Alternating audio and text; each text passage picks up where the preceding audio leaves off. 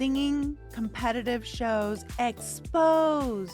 Okay, so probably what I'm going to tell you, you already know mostly, but I have to use a crazy word like exposed and make this thumbnail to get your attention to watch this video. But what I'm going to talk about today are 5 things that everyone needs to know about these competitive singing shows. Things that you may not realize, or maybe you know a little, but maybe not the depth. Anyway, we're going to dig into competitive singing shows. I'm talking American Idol, The Voice, the America's Got Talent, X Factor. Is that even still around? I don't even know. But all of these competitive singing shows, they have some deep, dark, dirty secrets. So let's get to it. First secret, what you see on TV is not reality. It's called reality TV, but really what they call it in Hollywood is unscripted television. It's not scripted, but it's very much created. So it's not a reality show. You got to remember that, okay?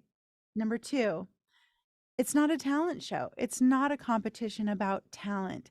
They are casting a television show.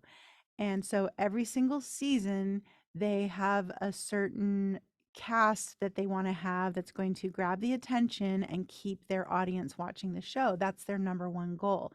If they don't have people tuning in and watching their show, they don't have a show.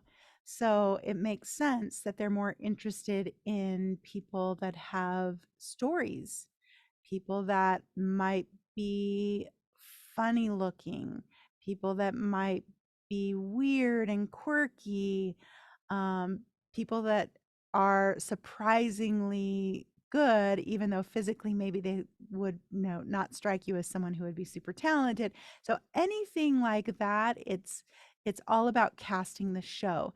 And even more specifically, like if they already have their white person in their 30s, white female in their 30s, they're not going to need another white female in their 30s. They're probably going to be looking for a different demographic. So you see what I mean? They're literally casting a show. Number 3, the actual success of those who win the show is statistically not very good. I don't have the numbers. I'm not going to look it up, but tell me how many of the actual winners of the show are creating music, filling stadiums. Kelly Clarkson, Carrie Underwood. Let's hear it. Okay, so there's a handful, right? Out of how many winners of all the shows? So that's my point. Number 4, if you do get on the show and you have any visibility at all, so even if you don't make it to like one of the final rounds, it's up to you to make sure that you are leveraging that exposure to your new audience. They're going to be looking you up if they like your music, they like your voice. They're going to be like, who is this person? I want to follow them. So you need to have everything ready to go and in place so that you can keep that momentum going, even if you do not make it into any of the final rounds.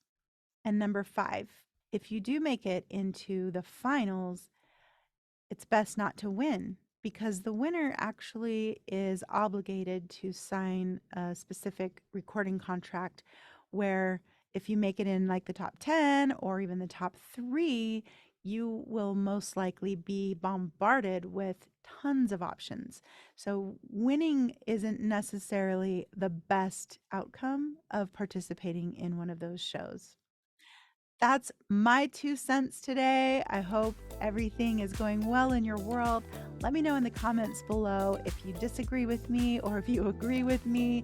If you have any personal experience with any of these shows, we would love to hear about it. Just let's hear the tea. Okay, see you next time.